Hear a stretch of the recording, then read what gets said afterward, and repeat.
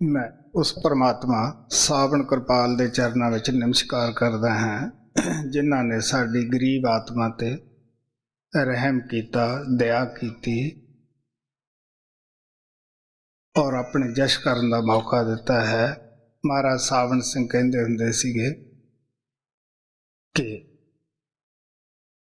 संत संसार दे विच वो प्रभु दे भेजे ही आउंदे है, ਉਹਦੇ ਹੁਕਮ ਦਾ ਹੀ ਪ੍ਰਚਾਰ ਕਰਦੇ ਹੈ, परमात्मा ਦੇ ਨਾਲ ਹੀ ਉਸ ਨੂੰ ਜੋੜਦੇ ਹੈ ਜੀਵਾਂ ਨੂੰ। ਹਰ ਸੰਤ ਜੋ ਵੀ ਸੰਸਾਰ ਵਿੱਚ ਆਇਆ ਹੈ, ਜੋ ਕਮਾਈ ਕਰਦੇ ਹੈ, ਉਹ ਸਾਨੂੰ ਨਾ ਤਾਂ ਖੁਦ ਪਖੰਡ ਕਰਦੇ ਹੈ, ਨਾ ਉਹ ਪਖੰਡ ਕਰਨ ਵਾਸਤੇ ਸਾਨੂੰ ਪ੍ਰੇਰਦੇ ਹੀ ਹਨ। ਪਖੰਡ ਕਿਸ ਚੀਜ਼ ਦਾ ਹੈ? ਜਿਸ ਜਿਹੜਾ ਗੁਣ ਸਾਡੇ ਅੰਦਰ ਨਾ ਹੋਵੇ ਅਸੀਂ ਉਸ ਦੀ ਬਾਹਰ ਨਮਾਇਸ਼ ਲਾਈਏ। ਗੁਰੂ ਗੋਬਿੰਦ ਸਿੰਘ ਨੇ ਵੀ ਕਿਹਾ, ਭੇਖ ਦਿਖਾਏ ਜਗਤ ਕੋ ਲੋਗਨ ਕੋ ਵਸਕੀਨ, ਅੰਤ ਕਾਲ ਕਾਟੀ ਕਟਿਓ ਵਾਸ ਨਰਕ ਮੋਲੀਨ। ਪਖੰਡੀ ਕਦੇ ਵੀ 84 ਤੋਂ ਬਚ ਨਹੀਂ ਸਕਦਾ, ਕਿਉਂਕਿ ਜਿਸ ਚੀਜ਼ ਦਾ ਆਪ ਦੇ ਵਿੱਚ ਗੁਣ ਨਹੀਂ ਉਹਦੀ ਨਮਾਇਸ਼ ਬਾਹਰ ਕਰਨੀ। ਗੁਰੂ ਨਾਨਕ ਕਹਿੰਦੇ ਨਾਨਕ ਤੇ ਨਰ ਅਸਲ ਖਰ, ਜੇ ਬਿਨ ਗੁਣ ਗਰਭ ਗ੍ਰੰਥ। ਅਸਲੀ ਗਧੇ ਹੀ ਉਹ ਹੈ ਕਿ ਜਿਨ੍ਹਾਂ ਦੇ ਅੰਦਰੋਂ ਗੁਣ ਨਹੀਂ, ਉਸ ਦੀ ਬਾਹਰ ਨਮਾਇਸ਼ ਕਰਦੇ ਹੈ। ਸਾਨੂੰ ਪਤਾ ਹੀ ਹੈ ਕਿ ਸੰਤ ਸੰਸਾਰ ਵਿੱਚ ਆਉਂਦੇ ਹੈ, ਅਗਰ ਕੋਈ ਮਹਾਤਮਾ ਸਾਡੇ ਅੰਦਰੋਂ 10-15 ਵਹਿਮ ਕੱਢਦਾ ਹੈ, ਅਸੀਂ 25-30 ਹੋਰ ਪਾ ਕੇ ਬੈਠ ਜਾਂਦੇ ਹਾਂ। ਸਭ ਸੰਤ ਕਹਿੰਦੇ ਹੈ ਕਿ ਉਹ ਪਰਮਾਤਮਾ ਸਾਡੇ ਸਰੀਰ ਦੇ ਅੰਦਰ ਹੈ, ਸਾਡੀ ਦੇਹ ਔਰ ਵਜੂਦ ਦੇ ਅੰਦਰ ਹੈ। ਪਰਮਾਤਮਾ ਨੇ ਕਿਸੇ ਨੂੰ ਲੇਬਲ ਲਾ ਕੇ ਸੰਸਾਰ ਵਿੱਚ ਨਹੀਂ ਭੇਜਿਆ ਵੀ ਤੁਸੀਂ ਹਿੰਦੂ ਹੋ ਜਾਂ ਸਿੱਖ ਹੈ ਜਾਂ ਈਸਾਈ ਹੈ ਜਾਂ ਮੁਸਲਮਾਨ ਹੈ ਜਾਂ ਅਮਰੀਕਾ ਦੇ ਰਹਿਣ ਵਾਲਿਆਂ ਦੇ ਲੇਬਲ ਲੱਗਦਾ ਹੈ ਜਾਂ ਹਿੰਦੁਸਤਾਨੀਆਂ ਦੇ ਨਹੀਂ ਲੱਗਦਾਗਾ। ਉਹਨੇ ਤਾਂ ਇਨਸਾਨ ਬਣਾਏ ਹੈ, ਔਰ ਇਹ ਵੀ ਉਸਨੇ ਸਭ ਨੂੰ ਇਹੀ ਦੱਸਿਆ ਹੈ ਕਿ ਬਈ ਜਿਹਨੂੰ ਮਿਲੂੰਗਾ ਮੈਂ ਅੰਦਰੇ ਮਿਲੂੰਗਾ, ਅੱਗੇ ਵੀ ਕਿਸੇ ਦੀ ਜਾਤ ਪਾਤ ਨਹੀਂ ਪੁੱਛਣੀ। ਮਤਾ ਇਹ ਦਿਲ 'ਚ ਖਿਆਲ ਹੋਵੇ ਕਿ ਹਿੰਦੂ ਹੈ, ਇਸ ਨੂੰ ਹੀ ਅੱਗੇ ਪਰਮਾਤਮਾ ਦੀ ਜਗ੍ਹਾ ਮਿਲੇਗੀ, ਜਾਂ ਇਹ ਸਿੱਖ ਹੈ ਇਸ ਨੂੰ ਧੱਕੇ ਪੈਣਗੇ, ਜਾਂ ਮੁਸਲਮਾਨ ਵਾਸਤੇ ਹੀ ਜਗ੍ਹਾ ਹੈ। ਆਪ ਕਹਿਣ ਲੱਗੇ ਇਹ ਤੁਸੀਂ ਦਿਲ 'ਚੋਂ ਖਿਆਲ ਕੱਢ ਦਿਓ। ਕਬੀਰ ਸਾਹਿਬ ਕਹਿੰਦੇ ਹੈ, ਡੂਬੋਗੇ ਰੇ ਬਾਪਰੇ ਬਹੁ ਲੋਗਨ ਕੀ ਕਾਨ, ਤਬ ਕੁੱਲ ਕਿਸਕਾ ਲਾਜ ਸੀ ਜਬ ਚੱਕ ਧਰਿਓ ਮਸਾਨ। ਤੁਸੀਂ ਇੱਥੇ ਜਾਤਾਂ ਪਾਤਾਂ ਦੇ ਵਿੱਚ ਰਲ ਕੇ ਕਿਉਂ ਇੱਕ ਦੂਜੇ ਨਾਲ ਝਗੜਦੇ ਹੋ ਕਿ ਸਾਡੀ ਜਾਤ ਚੰਗੀ ਹੈ, ਉਹਨਾਂ ਦੀ ਠੀਕ ਨਹੀਂ ਗੀ। ਤੋ ਆਪ ਕਹਿਣ ਲੱਗੇ ਕਿਸੇ ਦੀਆਂ, ਕਬੀਰ ਸਾਹਿਬ ਕਹਿੰਦੇ ਆ, ਇੱਥੇ ਮਿੱਟੀ ਦੇ ਵਿੱਚ ਦੱਬੀਆਂ ਜਾਣੀਆਂ ਹੈ, ਕਿਸੇ ਦੀਆਂ ਅਗਨੀ ਦੇ ਵਿੱਚ ਸੜ ਜਾਣੀਆਂ ਹਨ। ਜਾਤ ਪਾਤ ਪੁੱਛੋ ਨਾ ਕੋ, ਹਰ ਕੋ ਭਜੇ ਸੋ ਹਰ ਕਾ ਹੋ। ਉੱਥੇ ਕੋਈ ਕਿਸੇ ਨੂੰ ਜਾਤ ਨਹੀਂ ਪੁੱਛਦਾ, ਔਰ ਨਾ ਕੋਈ ਕਿਸੇ ਨੂੰ ਮਤਾ ਦਿਲ 'ਚ ਖਿਆਲ ਹੋਵੇ ਕਿ ਮੈਂ ਉੱਚੀ ਜਾਤ ਵਾਲਾ ਹੈ, ਮੈਨੂੰ ਹੀ ਪਰਮਾਤਮਾ ਦੇ ਮਿਲਣ ਦਾ ਫਖਰ ਹਾਸਲ ਹੈ। ਕੋਈ ਇਹ ਸਮਝੇ ਕਿ ਮੈਂ ਤਾਂ ਨੀਚੀ ਜਾਤ ਵਿੱਚ ਪੈਦਾ ਹੋ ਗਿਆ ਹਾਂ, ਮੈਂ ਪਰਮਾਤਮਾ ਨੂੰ ਨਹੀਂ ਮਿਲ ਸਕਦਾਗਾ। ਸੋ ਇਹ ਤਾਂ ਸਾਨੂੰ ਖਿਆਲ ਹੀ ਦਿਲ 'ਚੋਂ ਕੱਢ ਦੇਣਾ ਚਾਹੀਦਾ। ਹਰ ਕੋ ਭਜੇ ਸੋ ਹਰ ਕਾ ਹੋ।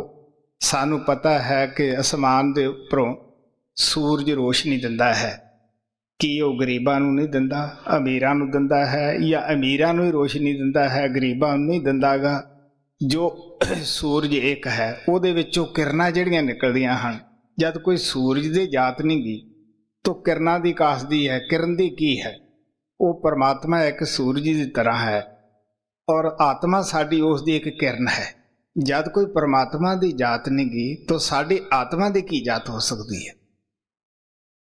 ਸੋ ਸੰਤ ਮਹਾਤਮਾ ਸਾਨੂੰ ਪਿਆਰ ਨਾਲ ਦੱਸਦੇ ਹੈ ਕਿ ਬਈ ਪਿਆਰਿਓ, ਤੁਸੀਂ ਇਹਨਾਂ ਜਾਤਾਂ ਪਾਤਾਂ ਦੇ ਝੰਜੜ ਦੇ ਵਿੱਚੋਂ ਉੱਪਰ ਉੱਠ ਕੇ ਇਨਸਾਨ ਦਾ ਜਾਮਾ ਇੱਕ ਪਰਮਾਤਮਾ ਨੇ ਬਹੁਤ ਜਦੋਂ ਪੁੰਨ ਜਮ੍ਹਾਂ ਹੋ ਜਾਂਦੇ ਹੈ ਉਦੋਂ ਉਹ ਦਿੰਦਾ ਹੈ। ਇਹ ਇੱਕ ਮੌਕਾ ਦਿੰਦਾ ਹੈ ਕਿ ਬਈ ਜੇ ਤੁਸੀਂ ਇਸ ਦੇ ਵਿੱਚ ਉਹ ਪਰਮਾਤਮਾ ਦੀ ਭਗਤੀ ਕਰਕੇ ਮੈਨੂੰ ਮਿਲ ਲਓਗੇ ਤੇ ਤੁਹਾਡਾ ਇਨਸਾਨ ਦੇ ਜਾਮੇ ਵਿੱਚ ਆਉਣਾ ਮੁਬਾਰਕ ਹੈ, ਸਫਲ ਹੈ।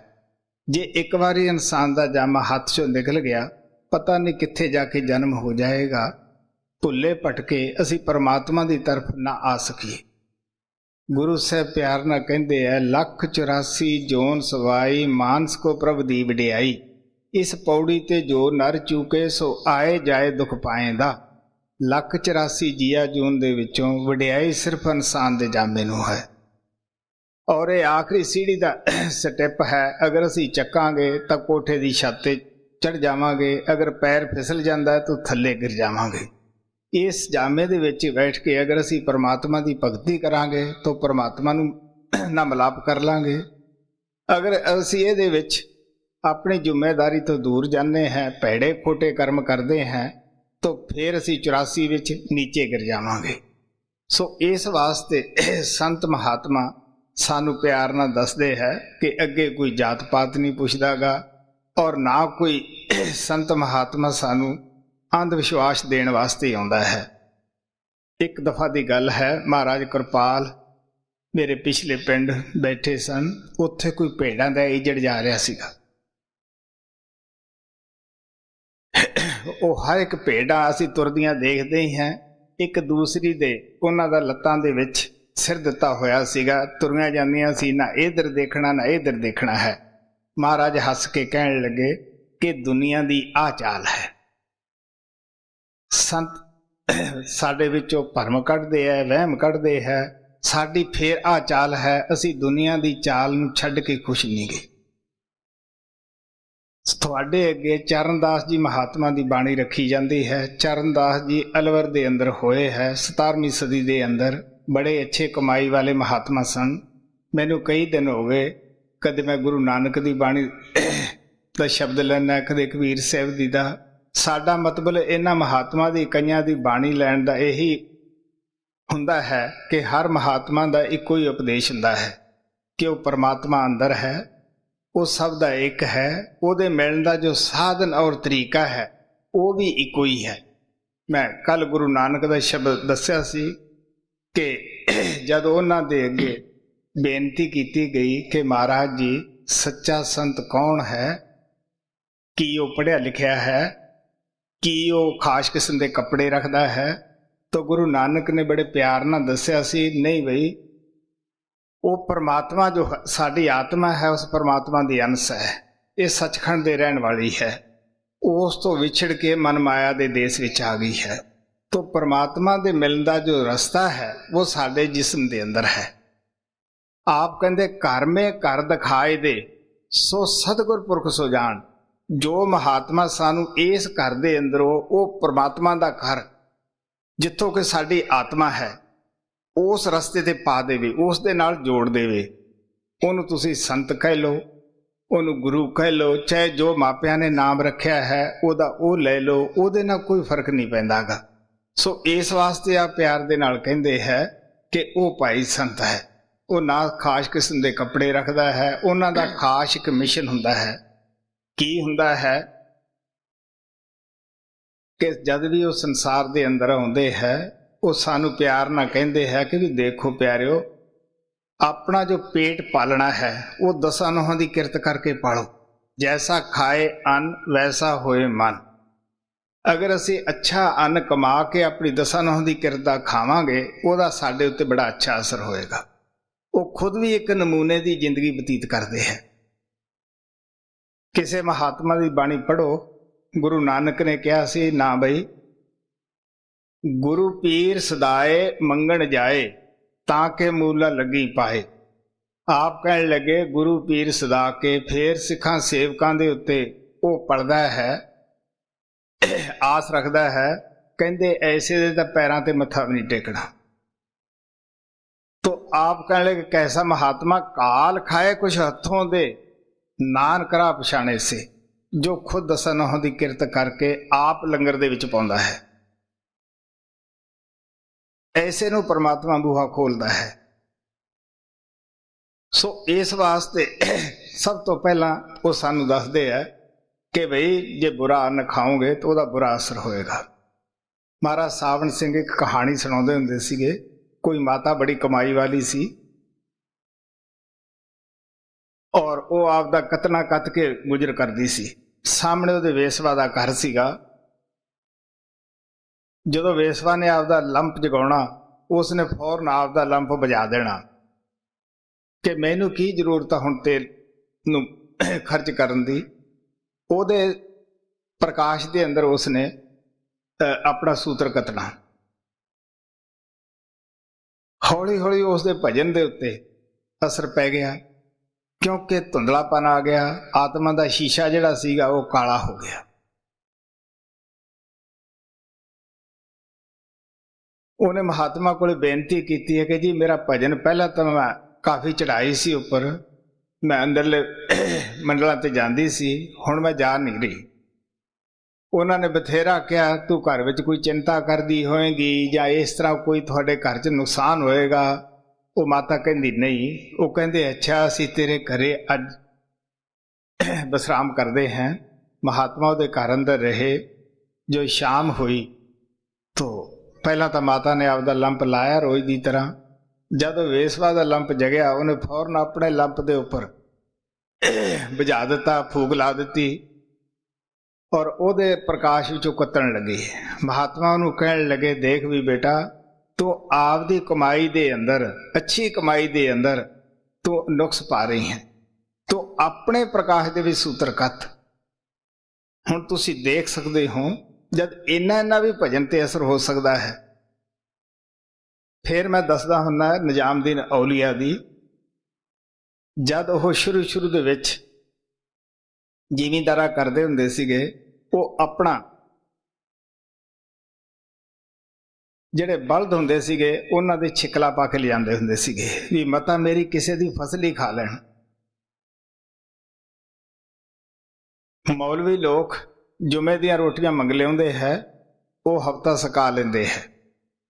एक दिन इसे तरह रोटियां मसीते पाइयां पईयां सीगियां और ओह बलद जांदे सीगे, उदों छिकले देने भुल गया। उन्हां दियां रोटियां नूं उहने दो चार बुरक ला ले और पिछे आउंदा सी तो मौलवी जिहड़ा सीगा वो निजामुद्दीन औलिया नूं बुरा भला बोलण लग्या। वो चुप रहा। अखीर उसने बांह पकड़ के झंजोलिया, वो रोण लग पिया। वो कहण लग्या भी तेरे बलद मेरे रोटियां नूं खांदे है, तू रोना है। वो कहंदा देख अज तक इन्हां ने मेरा 10 नहुं दी किरत दा चारा खादा है, इन्हां ने तन तोड़ के काम कीता है और मैं हुण तक भजन करदा रहा है। मेरी कमाई विच बड़ी बरकत सीगी, अज इन्हां ने हराम दीयां रोटियां खादियां हन। क्यों जिहड़ियां तू मंग के लिआया है इहदे विच तेरा की है बई।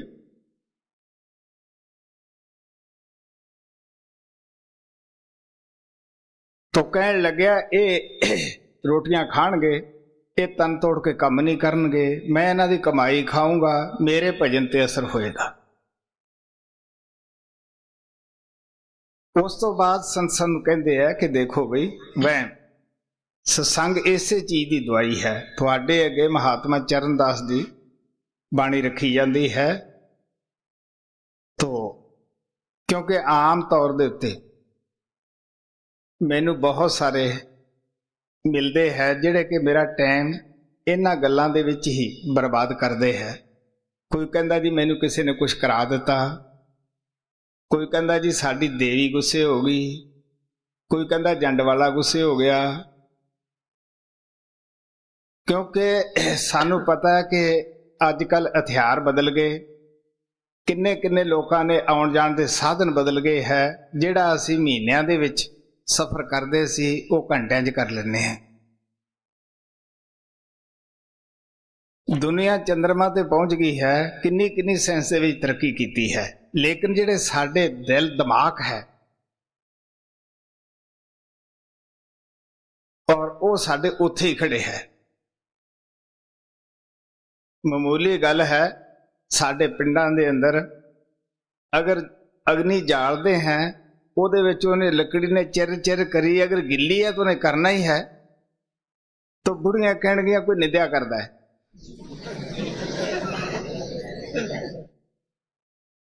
हुण तुसीं देखो जिहड़े एडे वह बड़े है ये किस तरह निकलणगे।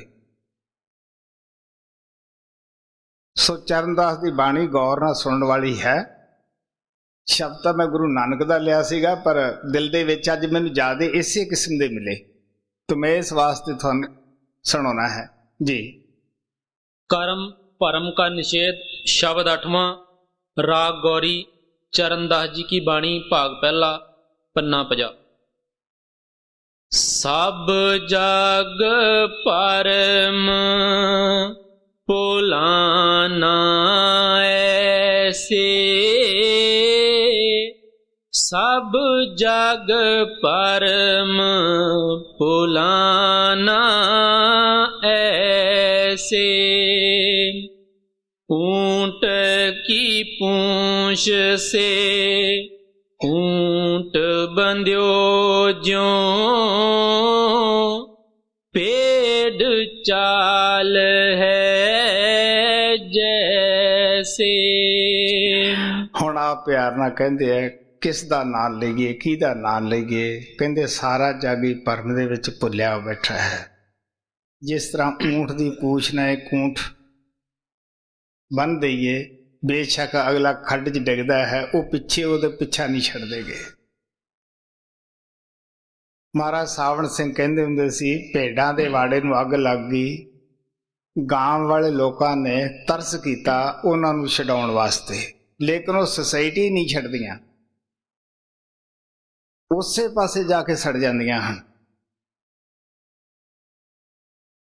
ਹੁਣ ਜੇ ਕਿਸੇ ਨੂੰ ਕਹੀਏ ਕਿ ਇਹ ਜਿਹੜੀ ਤੁਸੀਂ ਮੈਂ ਦੇਖੇ ਆ, ਖਾਸ ਮੈਂ ਪੰਜਾਬ ਦੇ ਵਿੱਚ ਪਿੰਡ ਗੁਰੂਸਰ ਦੇ ਪਾਸ ਦੇ ਅਸੀਂ ਲੰਘਣ ਲੱਗੇ, ਤੇ ਉਸ ਪਿੰਡ ਦੇ ਬਾਹਰ ਕਾਫੀ ਰਕਬੇ ਦੇ ਵਿੱਚ ਮਟੀਆਂ ਹੀ ਮਟੀਆਂ ਬਣਾਈਆਂ ਹੋਈਆਂ। ਤਾਂ ਮੈਨੂੰ ਮੇਰੇ ਨਾਲ ਨਿਰਮਲ ਸੀ, ਮੈਂ ਉਸਨੂੰ ਕਿਹਾ ਵੀ ਆਹ ਮਾਲਵੇ ਦਾ ਪਿੰਡ ਹੈ। ਕਹਿੰਦਾ ਤੈਂ ਕਿਵੇਂ ਪਤਾ ਕੀਤਾ? ਮੈਂ ਆਖਿਆ ਮੈਂ ਜਾਂਦਾ ਤਾਂ ਤੇਰੇ ਨਾਲ ਹੀ ਆ, ਪਰ ਆਮ ਤੌਰ ਤੇ ਤੂੰ ਦੇਖੇਗਾ ਇਹਨਾਂ ਦੇ ਖੇਤਾਂ ਦੇ ਵਿੱਚ ਦਰਖਤਾਂ ਦੇ ਹੇਠ, ਬੇਰੀ ਹੇਠ, ਜੰਡ ਹੇਠ ਮਟੀਆਂ ਬਣਾਈਆਂ ਹੁੰਦੀਆਂ। ਹੁਣ ਤੁਸੀਂ ਸੋਚ ਕੇ ਦੇਖ ਲਓ, ਆਪ ਬਣਾਉਂਦੇ ਆ, ਆਪ ਹੀ ਉਸ ਦੇ ਅੱਗੇ ਮੱਥੇ ਘਸਾਉਂਦੇ ਆ। ਐਸੀ ਇੱਕ ਮਟੀ ਦੀ ਮੈਂ ਮਿਸਾਲ ਕਈ ਵਾਰੀ ਮਹਾਰਾਜ ਸਾਵਣ ਸਿੰਘ ਦੱਸਦੇ ਹੁੰਦੇ ਸੀਗੇ। ਉਹਨਾਂ ਦੇ ਨਾਨਕਿਆਂ ਦੇ ਪਿੰਡ ਅੰਦਰ ਇੱਕ ਜੱਟ ਦੇ ਖੇਤ ਵਿੱਚ ਮਾਤਾ ਰਾਣੀ ਦਾ ਥੜਾ ਸੀਗਾ। ਹੁਣ ਜ਼ਮੀਨਾਂ ਦੁਆਬੇ ਦੇ ਅੰਦਰ ਛੋਟੀਆਂ ਥੋੜੀਆਂ ਹੈ, ਉਹ ਥੋੜੀ ਜਿਹੀ ਜਾਇਦਾਦ ਸੀ ਉਹਦੇ ਕੋਲੇ। ਉਹ ਲੋਕ ਜਾਣ ਉਹਦੇ ਵਿਚਾਰੇ ਦੀ ਹਫ਼ਤੇ ਤੋਂ ਮਿੱਧਿਆ ਕਰਨ। ਜੇ ਕਿਸੇ ਨੂੰ ਕਵੇ, ਹਰੇਕ ਅੱਗੋਂ ਡਰਾਵੇ, ਤੇਰੀ ਦੇਵੀ ਮਾਤਾ ਜੜ੍ਹਾਂ ਪਟੇਗੀ, ਤੂੰ ਸਾਨੂੰ ਹਟਾਉਣਾ ਹੈ। ਇੱਕ ਦਿਨ ਉਹਨੇ ਮਿਸਤਰੀ ਦੇ ਨਾਲ ਸਲਾਹ ਕੀਤੀ, ਕਹਿੰਦਾ ਭਰਾਵਾ ਮੇਰੀ ਖੇਤੀ ਬਚਾ, ਕਿਵੇਂ ਨਾ ਕਿਵੇਂ ਮੇਰੇ ਤੇ ਉਪਕਾਰ ਕਰ। ਉੱਥੇ ਇੱਕ ਸ਼ਹੀਦਾਂ ਵਾਲਾ ਛੱਪੜ ਸੀਗਾ, ਉਹਨਾਂ ਨੇ ਰਾਤ ਨੂੰ ਉਹ ਗੱਡੀ ਦੇ ਉੱਪਰ ਮਟੀ ਅਖੇੜ ਕੇ ਰੱਖ ਕੇ ਤੇ ਸ਼ਹੀਦਾਂ ਵਾਲੇ 'ਚ ਰੱਖਿਆ ਏ। ਸੁਬਾਹ ਉਹ ਜੱਟ ਦੀ ਦੋਹਰ ਦੀ ਬੁੱਕਲ ਮਾਰੀ ਔਰ ਕਹਿਣ ਲੱਗਾ ਵੀ ਰਾਤ ਦੇਖਿਆ, ਬੜੇ ਅਸਤਬਾਜੀ ਚੱਲਦੀ ਸੀ, ਛੜਕਾ ਹੋਇਆ, ਢੋਲ ਢਮੱਕਾ ਵੱਜਦਾ ਸੀ। ਉਹ ਕਹਿੰਦੇ ਵੀ ਅਸੀਂ ਤਾਂ ਦੇਖਿਆ ਨਹੀਂ। ਇਤਨੇ ਨੂੰ ਮਿਸਤਰੀ ਆ ਗਿਆ, ਜਿਨ੍ਹਾਂ ਨੇ ਦੋਨੇ ਰਲ ਕੇ ਕੰਮ ਕੀਤਾ ਸੀਗਾ। ਅਗੇ ਕਿਉਂ ਬਈ? ਉਹ ਕਹਿੰਦਾ ਕੋਈ ਰਾਤ ਵੀ ਸੌਣ ਵਾਲੀ ਸੀਗੀ, ਤੋ ਰਾਤ ਤਾਂ ਬੜਾ ਕੁਝ ਹੋ ਰਿਹਾ ਸੀਗਾ। ਤੋ ਅਸਤਬਾਜੀ ਬੜੀ ਚੱਲੀ, ਪਰ ਉਹ ਜਿਹੜੀ ਦੇਵੀ ਸੀ ਨਾ, ਉਹ ਮਾਤਾ ਰਾਣੀ, ਉਹ ਬੜੀ ਰੋਂਦੀ ਸੀ। ਤੋ ਸ਼ਹੀਦ ਉਹਨੂੰ ਰੋਂਦੀ ਕਰਲੰਦੀ ਨੂੰ ਲੈ ਗਏ। ਹੁਣ ਅਸੀਂ ਲੋਕ ਦਿਮਾਗ ਨੂੰ ਤਾਂ ਹਿਲਾਉਂਦੇ ਨਹੀਂ ਵੀ ਉਹ ਇੱਟਾਂ ਕਿਵੇਂ ਲੈ ਗਏ। ਸਾਰੇ ਗਏ ਉੱਥੇ, ਗੱਡੀ ਦੀਆਂ ਲੀਖਾਂ ਦੇਖੀਆਂ ਵੀ ਵਾਕਿਆ ਲੈ ਗਏ। ਜਦੋਂ ਸ਼ਹੀਦਾਂ ਵਾਲੇ 'ਚ ਗਏ ਤੇ ਉੱਥੇ ਉਹ ਥੜਾ ਪਿਆ ਹੀ ਸੀਗਾ। ਤਾਂ ਮਹਾਰਾਜ ਕਹਿੰਦੇ ਨੇ ਵੀ ਜੱਟ ਨੇ ਜੁਗਤੀ ਦੇ ਨਾਲ ਆਪਦਾ ਖੇਤ ਬਚਾ ਲਿਆ। ਮੇਰੇ ਪਿਛਲੇ ਪਿੰਡ ਦੇ ਵਿੱਚ ਮੈਂ ਕਈ ਵਾਰੀ ਦੱਸਦਾ ਹੁੰਦਾ ਹੈ, 2 DSP ਮੇਰੇ ਪਾਸ ਆਏ ਤੋ ਉਹ ਬੈਠੇ ਦੇਖੀ ਜਾਂਦੇ ਸੀ। ਉਸ ਦਿਨ ਇੱਕ ਜੰਡ ਹੈ ਉੱਥੇ ਖੇਤ ਦੇ ਨਾਲ ਹੀ, ਉਹ ਜੰਡ ਨੂੰ ਪੂਜਦੇ ਹੁੰਦੇ, ਤੇਲ ਚੜਾਉਂਦੇ ਹੁੰਦੇ।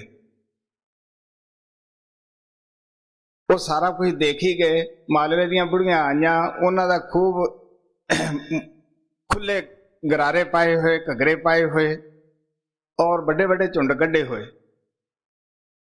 ਤੁਹਾਨੂੰ ਪਤਾ ਹੈ ਜਦ ਬੁੜੀਆਂ ਘਰੋਂ ਤੁਰਦੀਆਂ ਨਾਲ ਕੁੱਤਾ ਵੀ ਜਾਂਦਾ ਹੈ। ਉਹਨਾਂ ਨੇ ਸੰਦੂਰ ਲਾਉਣਾ, ਤੇਲ ਢਾਲਣਾ, ਉਹਨਾਂ ਨੇ ਥੋੜਾ ਜਿਹਾ ਇੱਧਰ ਹੋਣਾ ਤੇ ਕੁੱਤੇ ਨੇ ਉੱਤੇ ਪਿਸ਼ਾਬ ਕਰ ਦੇਣਾ।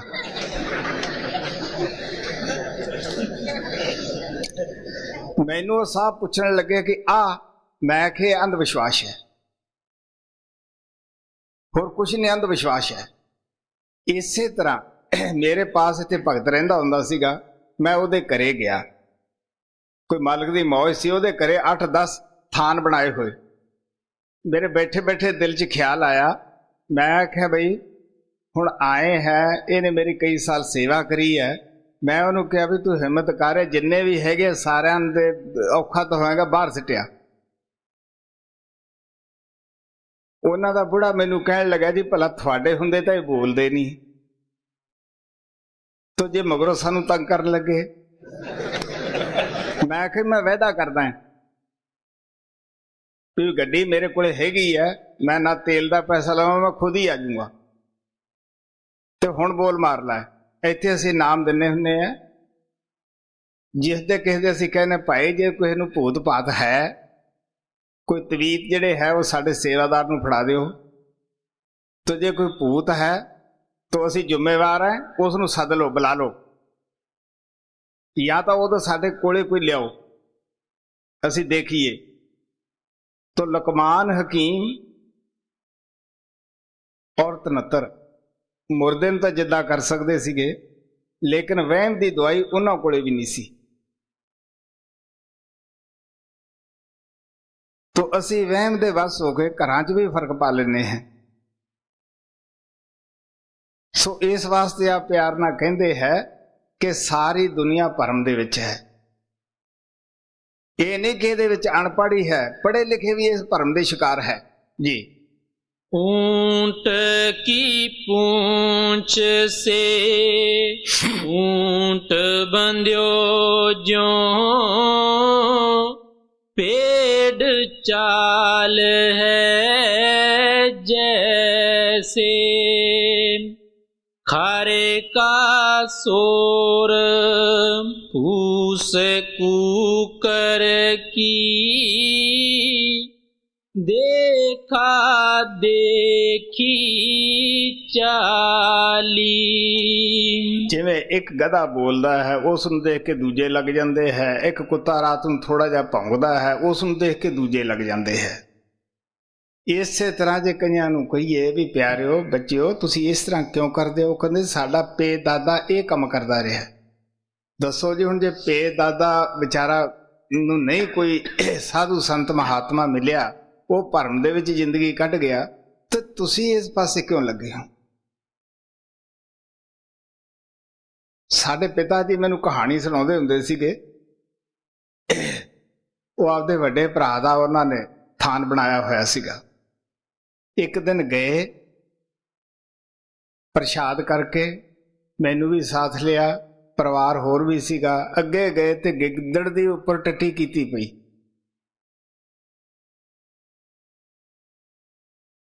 ਹੁਣ ਦੇਖ ਕੇ ਬੜਾ ਪਰੇਸ਼ਾਨ ਹੋਇਆ। ਹੁਣ ਕੱਲਾ ਹੁੰਦਾ ਤਾਂ ਉਹ ਜ਼ਰੂਰ ਉਸ ਨੂੰ ਸਾਫ਼ ਸੂਫ ਕਰਦਾ। ਬੇਸ਼ੱਕ ਮੈਂ ਛੋਟਾ ਜਿਹਾ ਸੀਗਾ, ਪਰ ਮੇਰੇ ਦਿਲ 'ਚ ਬੜਾ ਖਿਆਲ ਆਇਆ। ਮੈਂ ਆਖਿਆ ਹੁਣ ਦੱਸੋ ਕੀ ਕਰੋਗੇ? ਮੈਨੂੰ ਆਦਾ ਜੇ ਮਾਰ ਕੇ ਇੱਥੇ ਸਿੱਟੂਗਾ ਤਾਂ ਮੈਂ ਇਸ ਨੂੰ ਕੜਾ ਦੇਵਾਂਗਾ ਨਹੀਂ, ਮੈਂ ਦਿੰਦਾ ਹੀ ਨਹੀਂ। ਕੀ ਹੈ? ਵਹਿਮ ਹੈ, ਭਰਮ ਹੈ ਜੀ। खारे का सौर फूस कूकर की,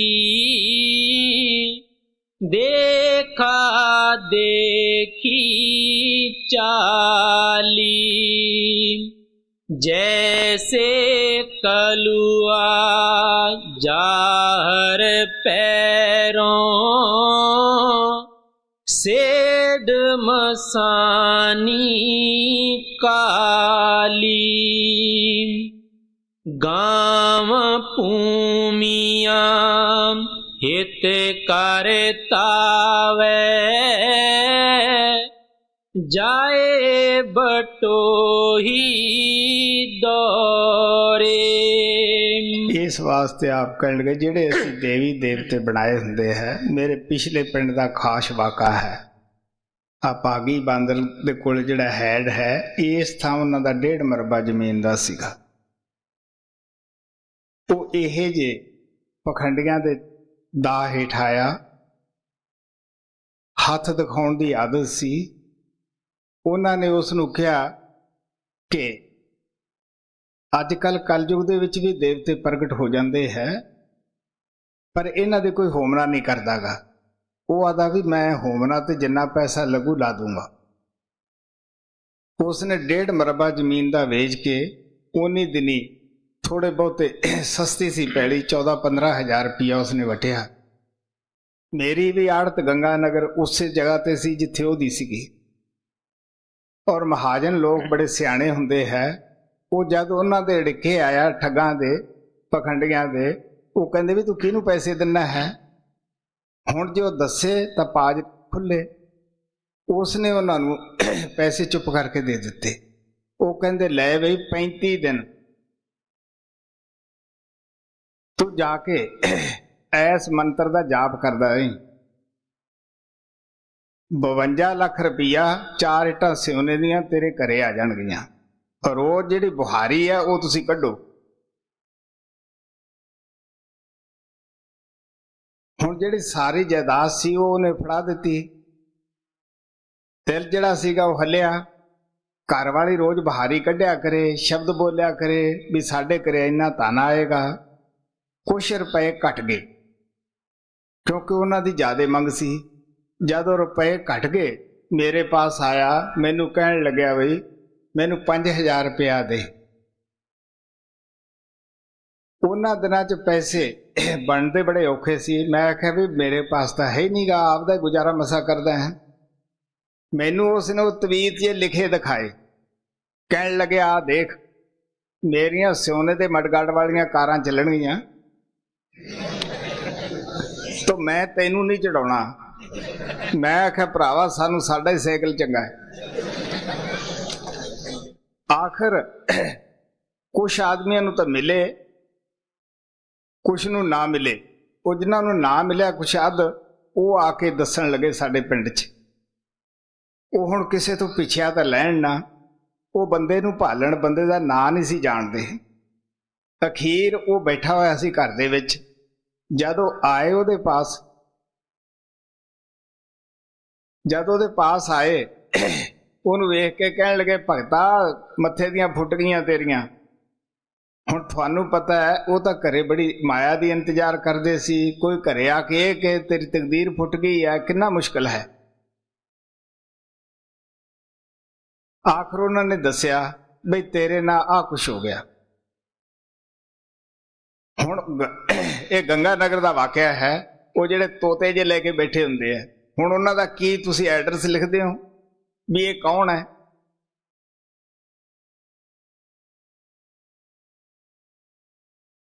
ਆਖਰ ਪੁਲਿਸ ਦੇ ਦਰਖਾਸਤ ਦਿੱਤੀ। ਉਹ ਕਹਿੰਦੇ ਵੀ ਅਸੀਂ ਕੋਸ਼ਿਸ਼ ਤਾਂ ਕਰਾਂਗੇ। ਹੁਣ ਦਰਖਾਸਤ ਕੀ ਕਰੂਗੀ ਬਈ?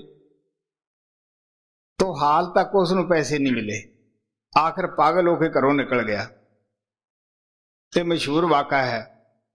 ਸਿਰਫ ਅਸੀਂ ਇਸ ਚੱਕਰ ਦੇ ਵਿੱਚ ਵੀ ਅਸੀਂ 10,000 ਦਾ ਧੂਫ ਦਿਖਾ ਕੇ ਤੇ ਫਿਰ ਸਾਨੂੰ ਇੰਨਾ ਰੁਪਇਆ ਮਿਲ ਜਾਏਗਾ, ਕਿ ਵਹਿਮ ਨਹੀਂ। ਸੋ ਇਸ ਵਾਸਤੇ ਆ ਪਿਆਰ ਨਾਲ ਕਹਿੰਦੇ ਹੈ ਕਿ ਜਿਹੜੇ ਅਸੀਂ ਅਖੌਤੀ ਦੇਵਤੇ ਨੂੰ ਮੰਨਣਾ ਗੁਨਾਹ ਨਹੀਂਗਾ, ਪਰ ਦੇਵਤਾ ਹੋਵੇ ਤਾਂ ਮੰਨੋ। ਇਹ ਤਾਂ ਅਸੀਂ ਆਪਦੇ ਪੱਥਰਾਂ ਦੇ ਬਣਾਏ ਹੋਏ ਹੈ ਜੀ। ਗਾਮ ਭੂਮੀਆਂ ਹਿਤ ਕਰ ਤਾਵੇਂ, ਜਾਏ ਬਟੋਹੀ ਦੌਰੇ, ਸਜ ਦੋ ਸਰਵਰ ਇਸ਼ਟ ਤਰਤ ਹੈ, ਲੋਗ ਲੋਗਾਈ ਬੋਰੇ। ਆ ਪਿਆਰ ਨਾਲ ਕਹਿੰਦੇ ਹੈ ਜਦੋਂ ਗੁਰੂ ਅਰਜਨ ਦੇਵ ਜੀ ਮਹਾਰਾਜ ਸੰਸਾਰ ਦੇ ਵਿੱਚ ਬਿਰਾਜਮਾਨ ਸੀ, ਉਹਨਾਂ ਦੇ ਪਾਸ ਇੱਕ ਭਾਈ ਬਹਿਲੋ ਗਿਆ। ਉਹ ਵੀ ਪਹਿਲਾਂ ਸਰਵਰ ਨੂੰ ਮੰਨਦਾ ਸੀਗਾ, ਲਾਲਾਂ ਵਾਲੇ ਦੇ ਜਾਂਦਾ ਸੀਗਾ।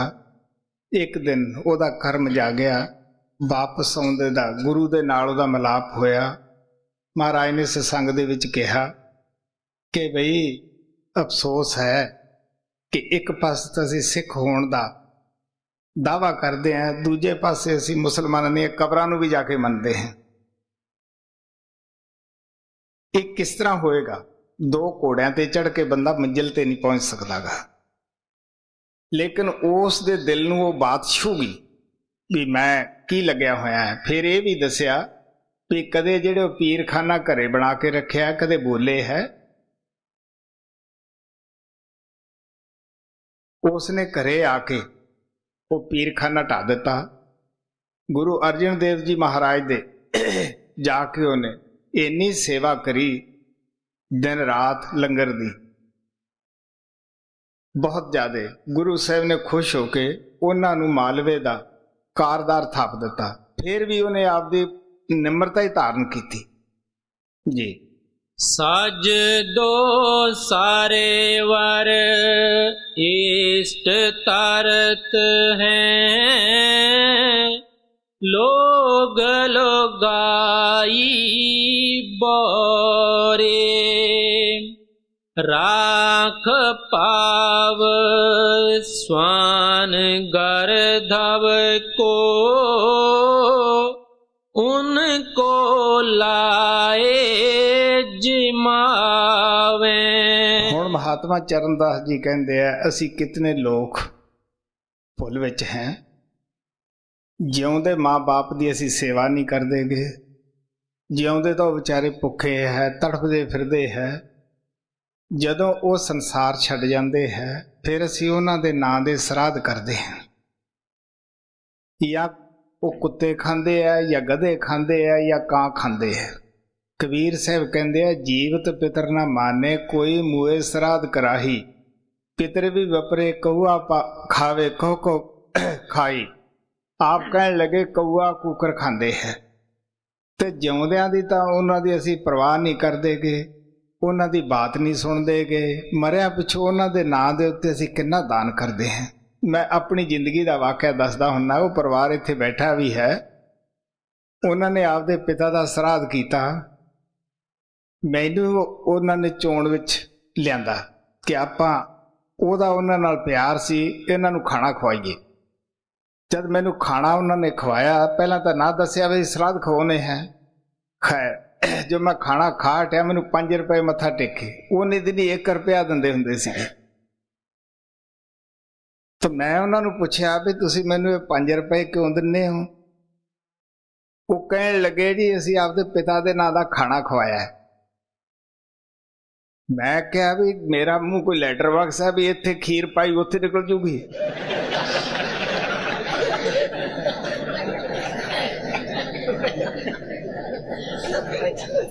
ਜਦ ਪਤੇ ਤੋਂ ਬਗੈਰ ਖਤ ਨਹੀਂ ਜਾਂਦਾਗਾ, ਇੱਥੇ ਪੰਡਤ ਦੇ ਮੂੰਹ 'ਚ ਖੀਰ ਪਾਏ ਉਹ ਜਾਂਦੀ ਰਹੂਗੀ। ਉਹ ਮੈਨੂੰ ਕਹਿਣ ਜੀ ਸਾਡੀ ਖੀਰ ਨਹੀਂ ਲੱਗਣੀ। ਸਾਰਾ ਟੱਬਰ ਮੇਰੇ ਮੂਹਰੇ ਹੱਥ ਬੰਨੇ ਜੀ, ਤੁਸੀਂ ਐ ਨਾ ਬੋਲੋ।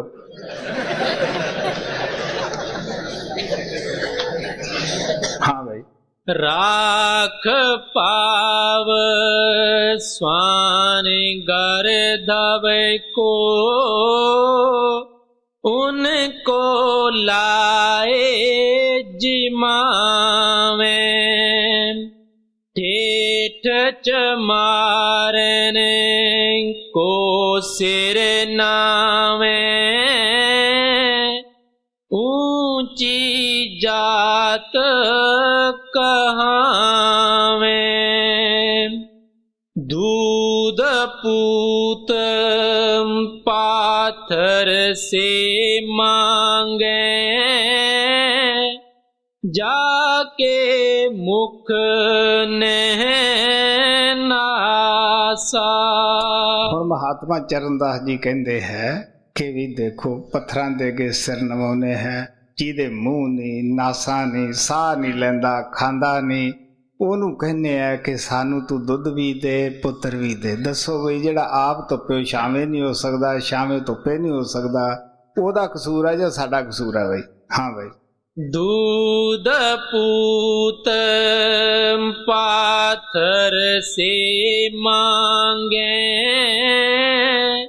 जाके मुख ने नासा।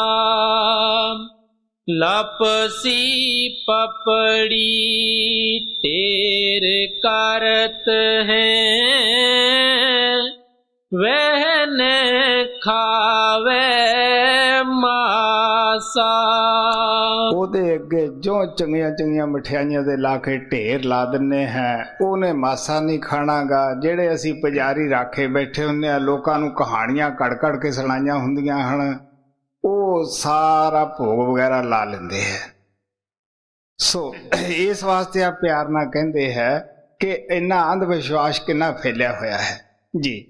लपसी पपड़ी टेर करत हैं, वह न खावे मासा। वाके आगे बकरा मारे, ताहे न हत्या जाने। ਬਹੁਤ ਸਾਰੇ ਅਸੀਂ ਲੋਕ ਕੀ ਕਰਦੇ ਹਾਂ, ਉਸ ਪੱਥਰ ਦੀ ਭੇਟ ਚੜਾਉਣ ਵਾਸਤੇ ਬੱਕਰੇ ਨੂੰ ਜੀਂਦੇ ਨੂੰ ਕਤਲ ਕਰ ਦਿੰਦੇ ਹਾਂ। ਉਹਦਾ ਅਸੀਂ ਪਾਪ ਨਹੀਂ ਗਿਣਦੇਗੇ ਕਿ ਸਾਡਾ ਦੇਵਤਾ ਇਹ ਜਿਹੜਾ ਇਹ ਖੁਸ਼ ਹੈ। ਹੁਣ ਤੁਸੀਂ ਸੋਚ ਕੇ ਦੇਖ ਲਓ, ਨਾ ਉਹਨੇ ਤੁਹਾਥੋਂ ਵਿਚਾਰੇ ਨੇ ਮੰਗਿਆ, ਨਾ ਤੁਹਾਨੂੰ ਬਦ ਦੁਆ ਦਿੱਤੀ, ਤੁਸੀਂ ਜੀਂਦੇ ਨੂੰ ਉਹਦੇ ਅੱਗੇ ਕਤਲ ਕਰਦੇ ਹੋ। ਜਾਨ ਸਭ ਨੂੰ ਪਿਆਰੀ ਹੈ। ਕਬੀਰ ਸਾਹਿਬ ਕਹਿੰਦੇ ਹੈ, ਤਿਲ ਭਰ ਮਛਲੀ ਖਾਏ ਕੇ ਕੋਟ ਗਊ ਦੇ ਦਾਨ। ਤੁਸੀਂ ਇੱਕ ਕਿਸੇ ਦਾ ਬਾਸ ਤਿਲ ਜਿੰਨਾ ਵੀ ਖਾਂਦੇ ਹੋ, ਕਰੋੜਾਂ ਗਊ ਦਾਨ ਕਰਦੇ ਹੋ, ਉਹਦੀ ਤਾਂ ਜਾਨ ਗਈ। ਚਾਂਦ ਸੂਰਜ ਕੇ ਉਹਦੇ ਲੈ ਤੋ ਵੀ ਨਰਕ ਨਿਧਾਨ, ਉਹ ਨਰਕ ਤੋਂ ਕਿਵੇਂ ਬਚੇਗਾ। ਮਾਸ ਮਾਸ ਸਭ ਏਕ ਹੈ। ਬਹੁਤ ਸਾਰੇ ਲੋਕ ਵਕਾਲਤ ਕਰਦੇ ਹੈ ਕਿ ਇੱਕ ਕਿਸਮ ਦਾ ਮਾਸ ਖਾਣਾ ਸਾਡੀ ਕੌਮ ਨੂੰ ਜਾਇਜ਼ ਹੈ, ਦੂਜਾ ਕਹਿੰਦਾ ਸਾਡੀ ਨੂੰ ਜਾਇਜ਼ ਹੈ। ਤੋ ਕਹਿਣ ਲੱਗੇ ਮਾਸ ਮਾਸ ਸਭ ਏਕ ਹੈ, ਮੁਰਗੀ ਹਿਰਨੀ ਗਾਏ, ਆਂਖ ਦੇਖ ਨਰ ਖਾਤ ਹੈ ਤੇ ਬਾਧੇ ਜੰਪੁਰ ਜਾਏ। ਗੁਰੂ ਨਾਨਕ ਦੇਵ ਜੀ ਮਹਾਰਾਜ ਕਹਿੰਦੇ ਹੈ ਕਿ ਵੀ ਦੇਖੋ, ਚਾਹੇ ਆਪਣਾ ਜਾਇਆ ਹੈ, ਚਾਹੇ ਪਰਾਇਆ ਹੈ, ਮਾਸ ਔਰ ਖੂਨ ਜ਼ਿੰਦਗੀ ਸਾਰਿਆਂ 'ਚ ਇੱਕੋ ਜੀ ਹੈ ਜੀ। वाके आगे बकरा मारे, ताहे न हत्या जाने। ले लो माथे सो लगावे, ऐसे मूड कहें कि हमरे बालक जावे, बड़ी अयुर बल दीजे। ਹੁਣ ਉਹਦੇ ਅੱਗੇ ਬੇਨਤੀ ਕਰਦੇ ਹੈ ਕਿ ਵੇਖ, ਅਸੀਂ ਤੇਰੇ ਮੂਹਰੇ ਬੱਕਰਾ ਵੀ ਕੱਟ ਦਿੱਤਾ, ਸਾਡੇ ਲੜਕਾ ਹੋ ਜਾਵੇ, ਵੱਡੀ ਸਾਰੀ ਉਮਰ ਹੋਵੇ ਇਹਦੀ ਜੀ। कहें कि हमरे बालक जावे, बड़ी अयोर बल दीजे। उनके आगे विनती करते, ਅਸੂਨ ਹਿਰਦਾ ਪੀਜੈ। ਉਹਦੇ ਅੱਗੇ ਇਤਨਾ ਵਿਰਾਗ ਦਿਖਾਉਂਦੇ ਹੈ, ਅੱਖਾਂ ਵਿੱਚੋਂ ਪਾਣੀ ਜਾਂਦਾ ਹੈ, ਕੱਪੜੇ ਭਿੱਜ ਜਾਂਦੇ ਹੈ ਕਿ ਸਾਡੀ ਬੇਨਤੀ ਸੁਣ। ਹੁਣ ਤੁਸੀਂ ਦੇਖੋ, ਉਹ ਜੜ ਹੈ, ਅਸੀਂ ਚੇਤਨ ਹੈ, ਅਸੀਂ ਬੋਲਦੇ हैं, ਉਹ ਜੜ ਚੀਜ਼ ਨਾ ਬੋਲਣ ਵਾਲੀ ਹੈ ਜੀ। उनके आगे बिनती करते, अंसुअन हिरदा पीजे।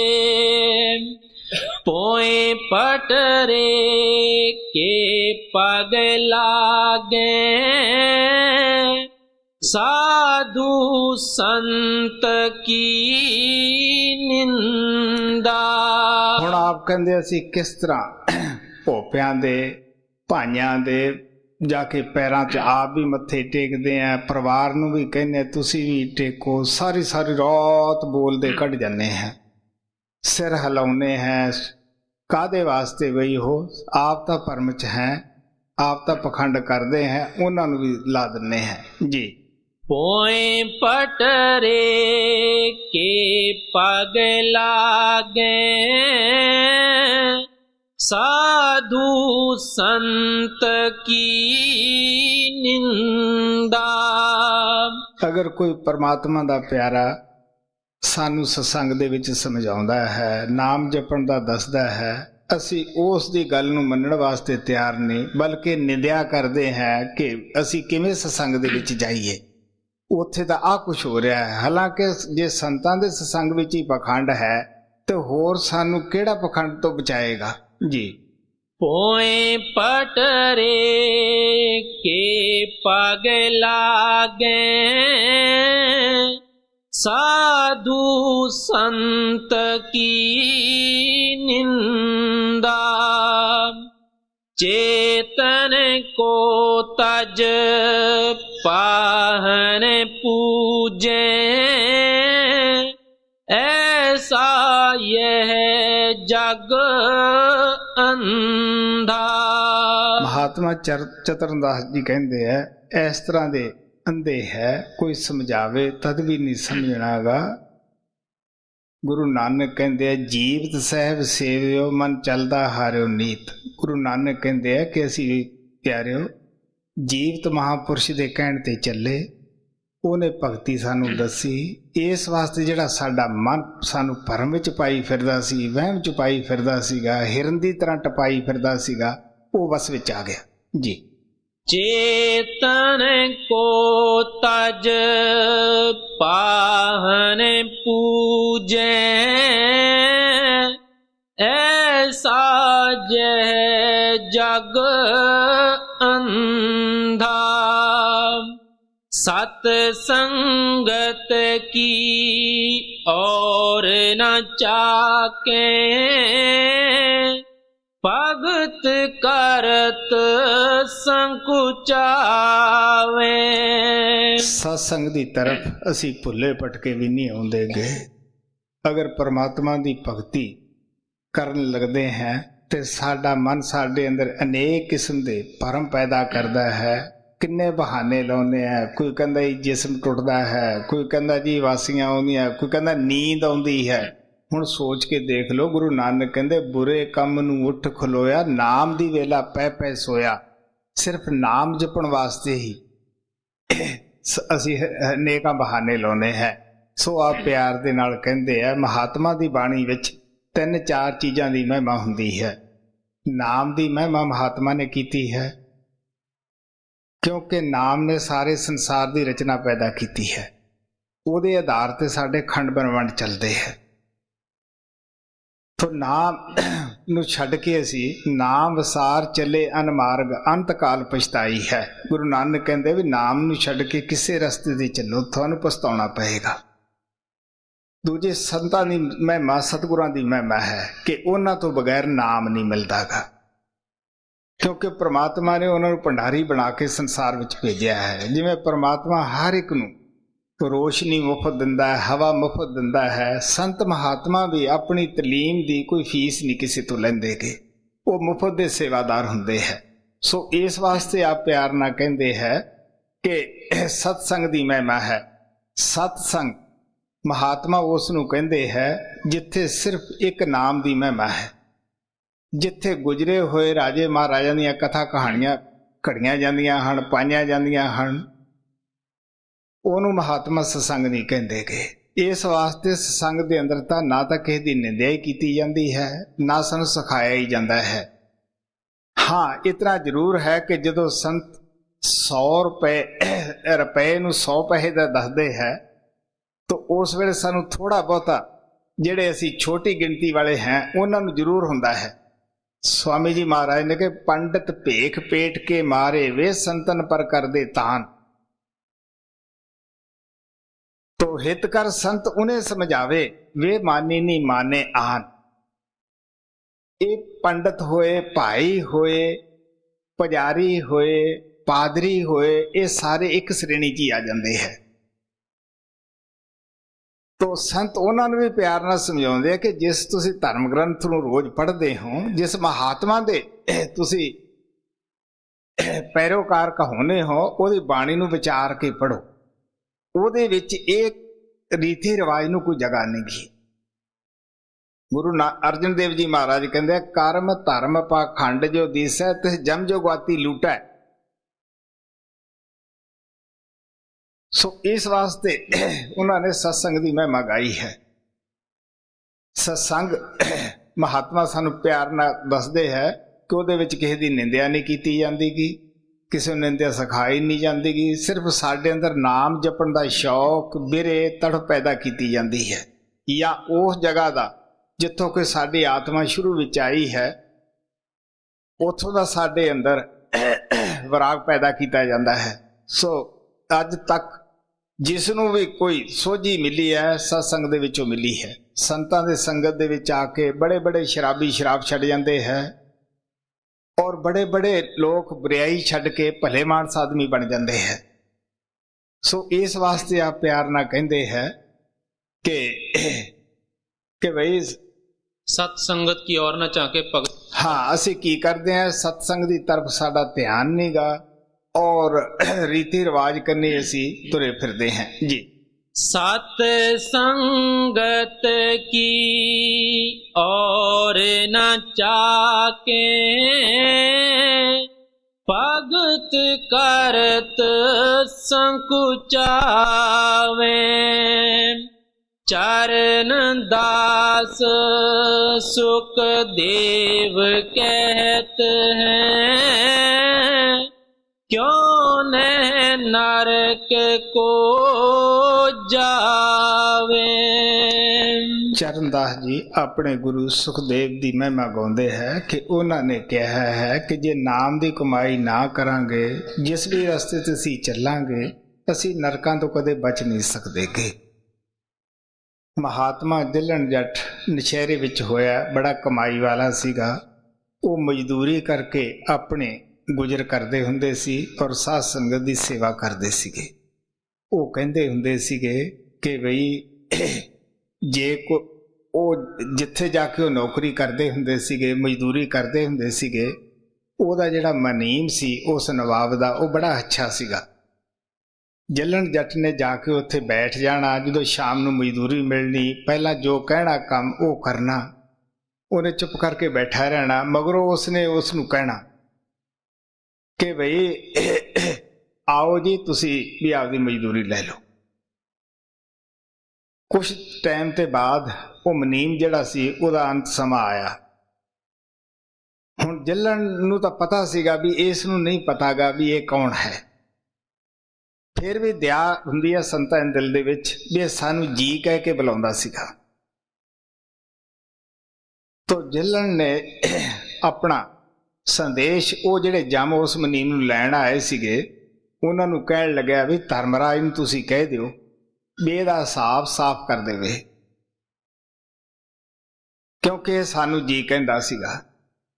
गुरु नानक ने भी कहा जे कोई जी कहे उनको तो जम की तलब ना होई। गुरु नानक कहते साध की दर्शन होत निहाल। आप कहते कुछ घालना नहीं घालनी, तो दर्शना दे नाल की है, संतां दी कमाई नाल ही असी जी पार हो जाने हैं। गुरु रामदास जी महाराज ने कहा है अपनी बाणी विच, जिस तरह काठ जिहड़ा है वो लखां मन लोहे नूं तार लैंदा है, जे आपां ਉਹ पानी दे विच सूई भी सिट गए तो वह भी तर नहीं सकदी गी। इसे तरह असी भी वो लोहे की तरह जीव महात्मा की संगत और सोबत दे विच जाके असी भी तर जाने हैं।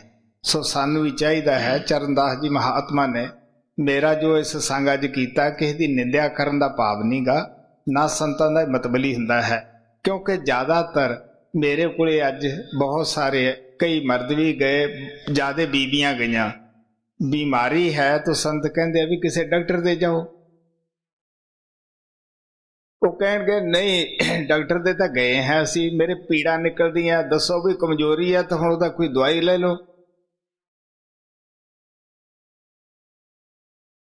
कोई कहते साडा दुध फट गया है। हुण इत्थे मैं भी गाइयां रखदा है काफ़ी सारियां, तुसीं पुछ लो जिहड़े साडे गाइयां दी परवरिश करदे है, उन्हां नूं कदे कदे थणा दे विच खून आउण लग जांदा है। हुण जे साडे घरां विच इह होवे तो असी तां कहांगे जी वह भूत ने लियाता, देवता गुस्से हो गया, लियाओ पुछ लियाओ। हुण पुछ वाला की करेगा बई? ਇਹ ਜ਼ਹਿਰਵਾਦੀ ਬਿਮਾਰੀ ਹੁੰਦੀ ਹੈ। ਉਸ ਨੂੰ ਕਾਲੀ ਮਿਰਚ ਹੈ, ਉਸ ਨੂੰ ਤੁਸੀਂ ਥੋੜਾ ਬਹੁਤਾ ਘੀ ਪਾ ਕੇ ਦੇ ਦਿਓ, ਫੌਰਨ ਹਟ ਜਾਏਗਾ। ਇਹ ਨਹੀਂ ਕਰਨਾ ਲਵੇਰਾ ਖਰਾਬ ਕਰ ਲੈਣਾ ਹੈ ਕਿ ਆਪਣਾ ਵਹਿਮ ਨਹੀਂ ਛੱਡਣਾ। ਸੋ ਪਿਆਰੇ ਬੱਚਿਓ, ਮੈਂ ਕਿਸੇ ਦੀ ਨਿੰਦਿਆ ਨਹੀਂ ਕਰਦਾਗਾ, ਸਿਰਫ ਮੇਰਾ ਇੰਨਾ ਹੀ ਹੈ ਮਤਲਬ ਇਸ ਸਤਸੰਗ ਲੈਣ ਦਾ ਬਈ ਅਸੀਂ ਵਹਿਮ ਨੂੰ ਛੱਡ ਦਈਏ। ਕੋਈ ਬਿਮਾਰ ਹੈ ਉਸ ਨੂੰ ਦਵਾਈ ਦਿਓ, ਦੇਖਭਾਲ ਕਰੋ। ਤੋ ਜਿਹੜੇ ਆਪ ਅਸੀਂ ਘੜ ਕੇ ਦੇਵਤੇ ਬਣਾਉਨੇ ਹੈ, ਉਹ ਸਾਨੂੰ ਮੁਰਾਦ ਕਦੇ ਵੀ ਪੂਰੀ ਨਹੀਂ ਦੇ ਸਕਦੇਗੇ। ਗੁਰੂ ਅਰਜਨ ਦੇਵ ਨੇ ਕਿਹਾ ਸੀਗਾ कि वे जो पत्थर की पाई पाए ताकि काल अजाई जाए, ठाकर हमरा सद बोलंता सर्व जियां को प्रभ दान देता। वो कहता भी महाराज सावन सिंह भी कहते हुंदे सीगे भी ये सारिਆਂ ਨੂੰ नेकिष्ट भगती है, नाश होने वाली है।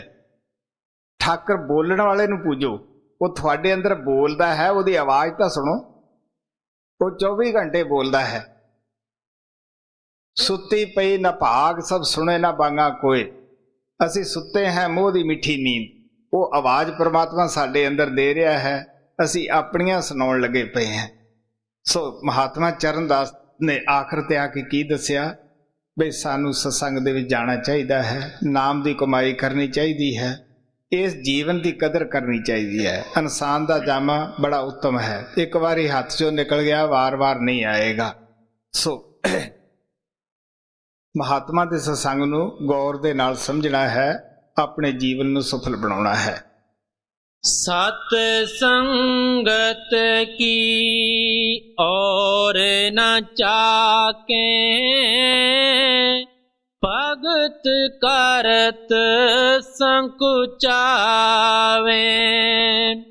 चरण दास सुख देव कहत हैं, क्यों न नरक को जावे।